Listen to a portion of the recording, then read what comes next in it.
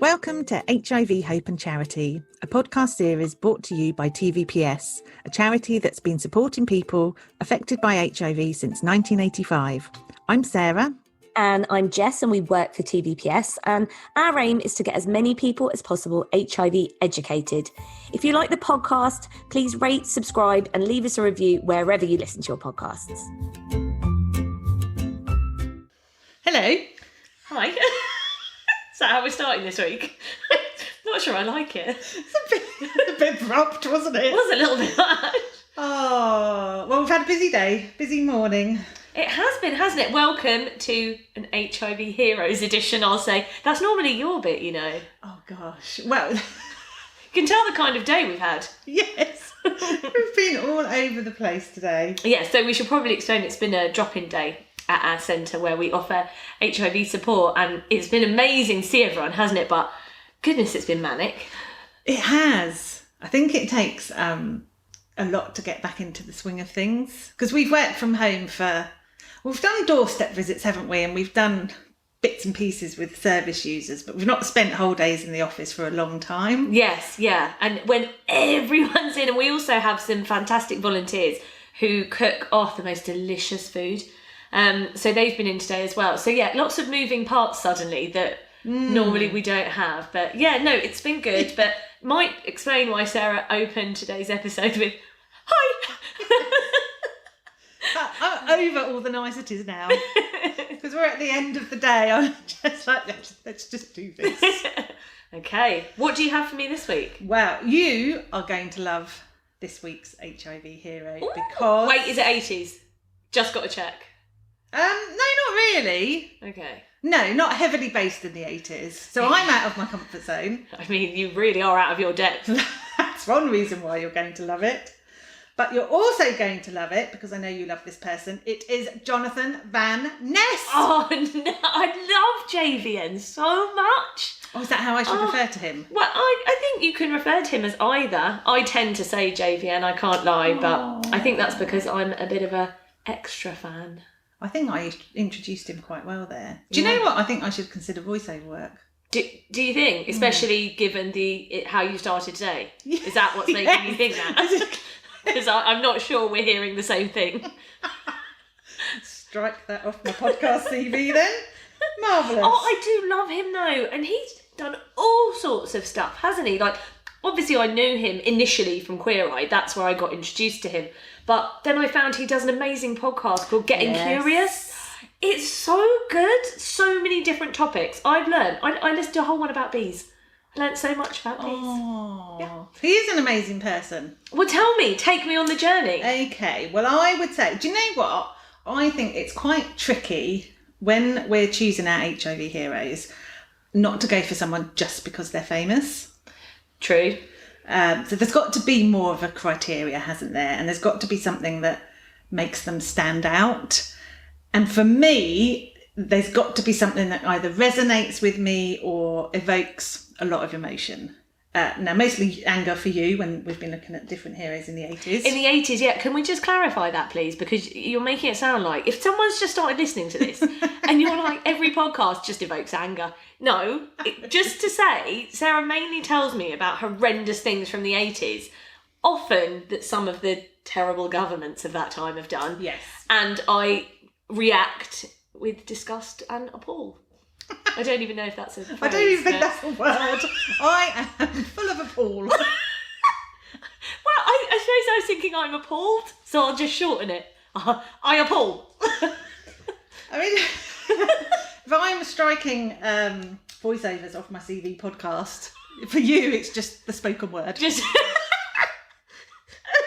why am I even on here?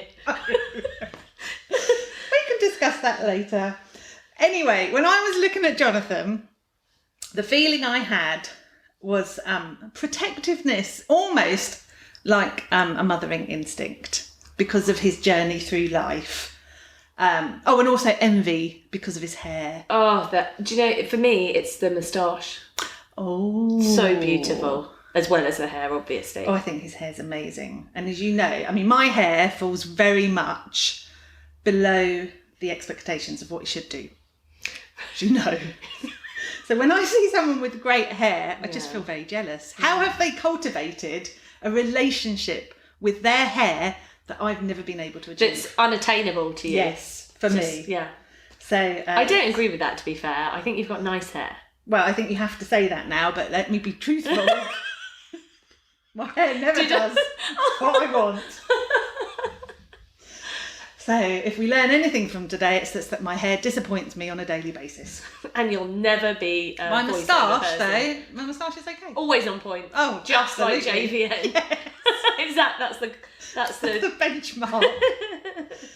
So, oh gosh. So I start by telling you that Jonathan was, I dread to say these words, he was born in the 80s.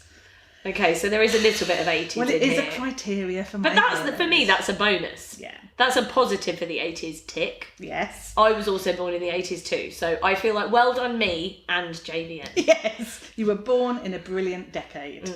Now, we, obviously we know him as one of the stars of Queer Eye. But for people who don't watch Queer Eye, I can't believe anyone wouldn't. But it's a programme consisting of 5 men, the Fab Five, giving lifestyle and fashion makeovers to guests. And it's very cool, isn't it? Oh, it's so much even more than that, though. When I started watching it, some friends of mine, we'd been out the night before and they'd stayed over. And I had put it on and we just couldn't get off the sofa. We spent the entirety of Sunday and we would just watch back to back when that first series came out. And it's just so heartwarming, and all of it's like tissues, and they just make people feel so amazing and pull out what's already there in them. They're not changing them. I think they're just bringing out a part of that person. I love it so much. Such feel good watching. And he's their hairdressing expert. That's why he's got amazing hair. And yes, I was going to say his podcast, because he does a podcast as well, Getting Curious. I was going to check if you'd listened with that, but no need. Okay, so he had, when he was growing up, I don't think challenges is the right word, but I'll use the word challenges. So there you go. The spoken word is not a gift to me either.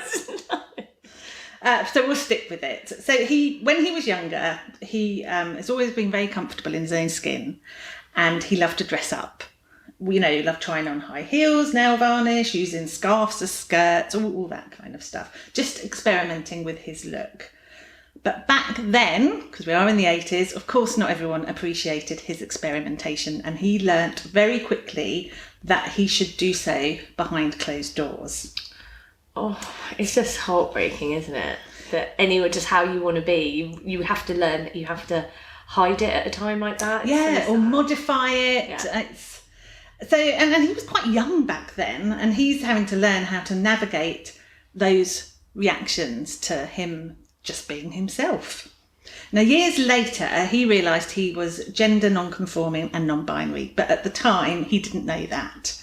And I think we've all had those natural instincts, haven't we, to experiment when we were growing up, much to Margaret Thatcher's disgust in the 80s. Yes. You don't know what I'm talking As we about. learn. Lord Fowler episode is the one for you. Yeah, go back and listen to Lord Fowler, then come back, you'll be with us. And I think, and it's a shame, isn't it, when you're suppressed, because how else do you find out who you are? Oh, I couldn't agree more. So he did well from an early age to think, right, I need to find out who I am. I like trying out all these different looks. I'll do it behind closed doors because not everyone appreciates it, but he just gets on with it. And it wasn't easy for him because of all of that, but also because he grew up in a city called Quincy in Illinois. Okay. And never heard of it, I have to say. Nor had I. But America is huge. It is, but I don't think it was a particularly progressive or diverse city compared to some in America. We're going to get complaints from people in Quincy. Yes, it was! Sorry, anyone in Quincy if you feel differently. At that time, I'm sure it's different now.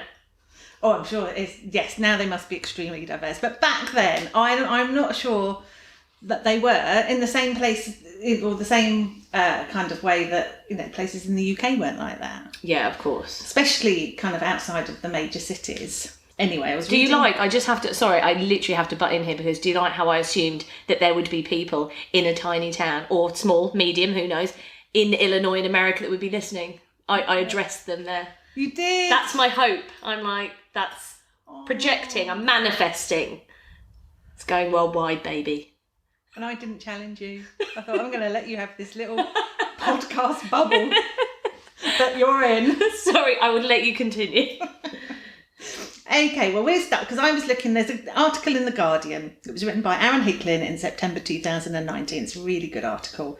He interviewed Jonathan, and this is what he said. So he said, Jonathan knew early on that the world of women was more interesting to him than the world of men. At the age of 4, he was telling his dad's friend he wanted to be a cabana girl or a cosmetologist. Imagine knowing that at the age of 4. Amazing. I know. I don't even know what a cosmetologist is now. Isn't it skincare? Isn't it like cosmetic? Are you with me there? Yes. Do you know, I was thinking cosmic, like space. You were like, how does he know he wants to be a space person? And it's easy just to say spaceman. Or astronaut? Oh, yeah. Oh my God. I feel like we should just go home. So anyway, he's recalled a very painful story that relates to his dad. He says, I remember very clearly my dad finding me in an evening gown with 2 of my cousins. He tore me out of the dress, holding me in the air so that I was perpendicular to the ground. I was terrified. So that's how strongly his dad felt about him dressing up. But what I like about him is that he doesn't shy away from doing what he wants, because that's pretty horrific, isn't it, to have to experience that's something traumatic, yeah, at a young age. But he doesn't waver in kind of being the person that he wants to be, and this is why I like him. So he says during his school days, I think this is very cool, he became the first male cheerleader at his high school. I had, because in one of the episodes on Queer, they go back to the high school. Yes, and... exactly. We'll talk about that in a moment. Yes, so he became the first male cheerleader at his high school. And it's only when I read that I thought, why aren't there more male cheerleaders? Are there now? I think there are more so now, because it's quite in America, because we don't really have it cheerleaders in the same way, do we? It's really athletic, and aren't there competitions and things like that where, I mean, I'm sure there are some competitions here, but it's not the same sort of thing. No. So I think there are more nowadays, but still not anywhere near, in terms of... And actually, to be fair, I watched a reality show about cheerleaders. I can't remember what it's called, for the Dallas Cowboys. Oh, I've seen that. I know, right? But you're right, there aren't actually men. I've never seen... I'm going to go away and research this. I know, that's what I was thinking. I was thinking, surely there must be more. Maybe he was the first. How awesome if he was. And he went on to cheerlead when he went to college. So at college he studied political science. I mean, he is really intelligent. It's probably for his career to be a spaceman, Sarah. Yeah. Yeah. We'll brush over that. Yeah. We could never mention that again. That'd be marvellous. And he went to college, this is according to Wikipedia, on a cheerleading scholarship. So he must have been good. Yeah, to get a scholarship, yeah, sure. You've got to be really good, haven't you? Yes. So you just mentioned it. In season 4 of Queer Eye, he returns to his high school and he makes over his arts teacher, who was very supportive of him. And he performs with the cheerleading squad as well. But in the article in The Guardian, he talks about what went on behind the scenes.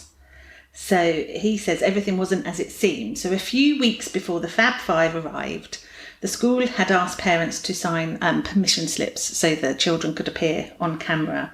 And there were protests from a local pastor. He sent a letter to the newspaper that blasted the normalisation of the LGBTQ plus culture and said we shouldn't be rolling out the welcome mats at a public school. I hate these bits in the podcast. I really hate them. Oh, and then... Just because it makes me sad. Oh, and it is sad, isn't it? And it made Jonathan sad as well, because he said it was a really nasty letter. It wasn't just from someone he didn't know. It was from someone who was a family friend who'd known him for a very long time.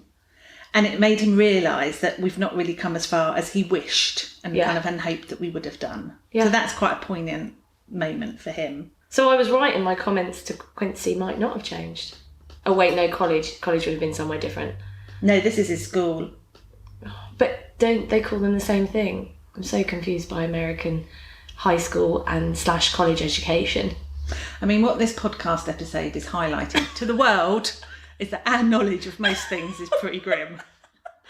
Our HIV knowledge is amazing, though. Yes. Well, do you know, we haven't even mentioned his HIV. I feel we're on safer territory if we move towards that. Swiftly on, Sarah, swiftly on. Oh, that's horrible, though. Oh. Especially a family friend. That's really difficult. So, Jonathan, he's overcoming adversity all over the place. So they weren't the only challenges he faced when he was growing up, because he was sexually abused when he was younger. And that, understandably, laid the foundation for what he calls his self-destructive behaviour. So when he was at college, he started meeting older men for sex. He was taking drugs and turning to sex work to fund his drug use. Okay, so that led to him losing his scholarship, leaving college, and he decided to pursue a career in hairdressing. And of course, that's what we know him for on Queer Eye. So he trained at the Avida Institute, and then he worked in Arizona and LA. And then in 2012, when he was 25, that was the year he was diagnosed HIV positive. And he used his diagnosis to change his ways. So many of my heroes do this. He got clean and publicly shared his story in 2019, saying, and I quote, "I want people to realise you're never too broken to be fixed." Isn't it a lovely quote? We should put that on our website. We should just put it everywhere. Oh, that's lovely. And especially sharing your diagnosis so that you can help others. I think it's such an amazingly inspiring thing to do.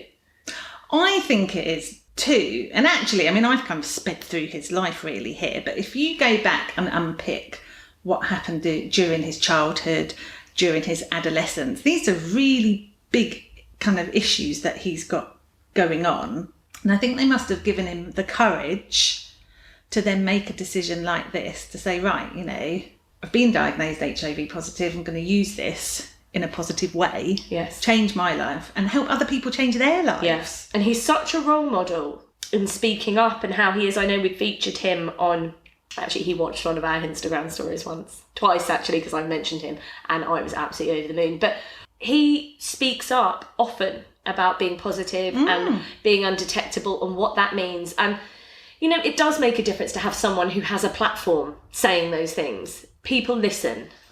Absolutely, they do. And I think he uses his platforms in a really, really good way. I've got some of his kind of quotes off his Twitter account to kind of illustrate what I mean. I'll read them out to you in a bit. But I just don't think you can be that sort of person unless you're quite resilient and you have confidence and self-belief.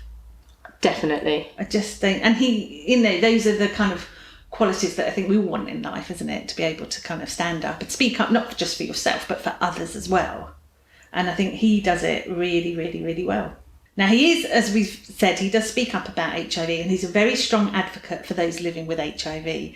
And he's not afraid to draw attention to inequalities around access to healthcare in America and how some communities affected by HIV are more disadvantaged than others in accessing medication. And he'll speak up for any community, not just those he feels most associated with. And that's another good quality for a hero, is they can see the bigger picture and they kind of use their platform for the greater good of everybody. Yes, yeah. God, he's amazing, isn't he? Well, he is, because, you know, if he sees a group being treated unfairly, he's like, no, hold on, I need to bring this to everybody's attention. So he tweeted a lot last World AIDS Day about undetectable equals untransmittable, highlighting the importance of remembering those that have died, which actually, you don't always see that, do you? It's a good day to kind of raise messages about protection and awareness, but you don't see so many people remembering all of those that have lost their lives because of AIDS. And quite a lot of service users tend to wear the ribbon, you know, obviously for the progression of moving forward and support for those living with the virus, but also to remember those that we've lost as well. Yeah. Like you're saying, it's so important. Yeah, and he does it well. So I've got a couple of tweets so we can get a flavour for his stance, because he's not shouty, he's not too shouty, he's not too authoritative. He's just factual. I think that's why I like it. It's kind of no nonsense, laid bare. Here's what we're dealing with. So he's put one of his tweets. To acquire and maintain medication while having access to a doctor for an HIV positive person is life and death, not only for them but for public safety. The massive hoops that exist for people living with HIV, especially in rural areas in the US, to jump through makes it so much harder. So that's one. Yeah, I mean, we have issues around rural communities in the UK, and I know we jokingly said how little we knew about America, but we do know it's huge, and so those rural communities must be extremely difficult. And what support is there? And oh God, yeah, you don't think, do you? No, you don't. And so people like him are drawing attention to this situation. Another tweet says we need a comprehensive federal programme to provide testing, treatment and medication for all people living with HIV/AIDS. We've come a long way in the fight against HIV, but there's much work left to be done. So again, I think the same as we would over here when we ask our government to provide adequate funding, he's doing the same in the States. It's kind of a worldwide issue, really, isn't it? There's just not enough money and not a cohesive enough programme to support people living with HIV anywhere. Yes. Oh, I love that he uses his platform for this. Yes. So he really is kind of a voice for change. He's speaking up for those who don't have a voice. What more can you ask for from an HIV hero? This is exactly the sort of person we like. And there you go. He's fantastic, Well, he is. And he's our hero because, he has an ability to overcome adversity. He is a voice for those that don't have a platform to speak. And he's genuinely just an awesome person. Yeah, a really lovely person. No, I think I definitely agree with you. And I think it's so amazing to have people willing to, as you've said, to be a voice for those that don't have a voice. I think people forget that a lot of people don't want to disclose their status, so therefore they don't want to speak out, they don't want to speak to the media, they don't want to, we often get asked, would people speak in the media or go to schools and things? I think we have one service user that's happy for their identity out of around 700. So that kind of shows you. So to have somebody with a massive platform, it must feel like a lot of responsibility for JVN. Yeah, definitely. But just thank you for doing it. It's awesome, and the difference that you make by doing that is... It's appreciated, isn't it? We appreciate you. Yes, that's a good word. There you go. You're getting the words back now. At the end of the episode.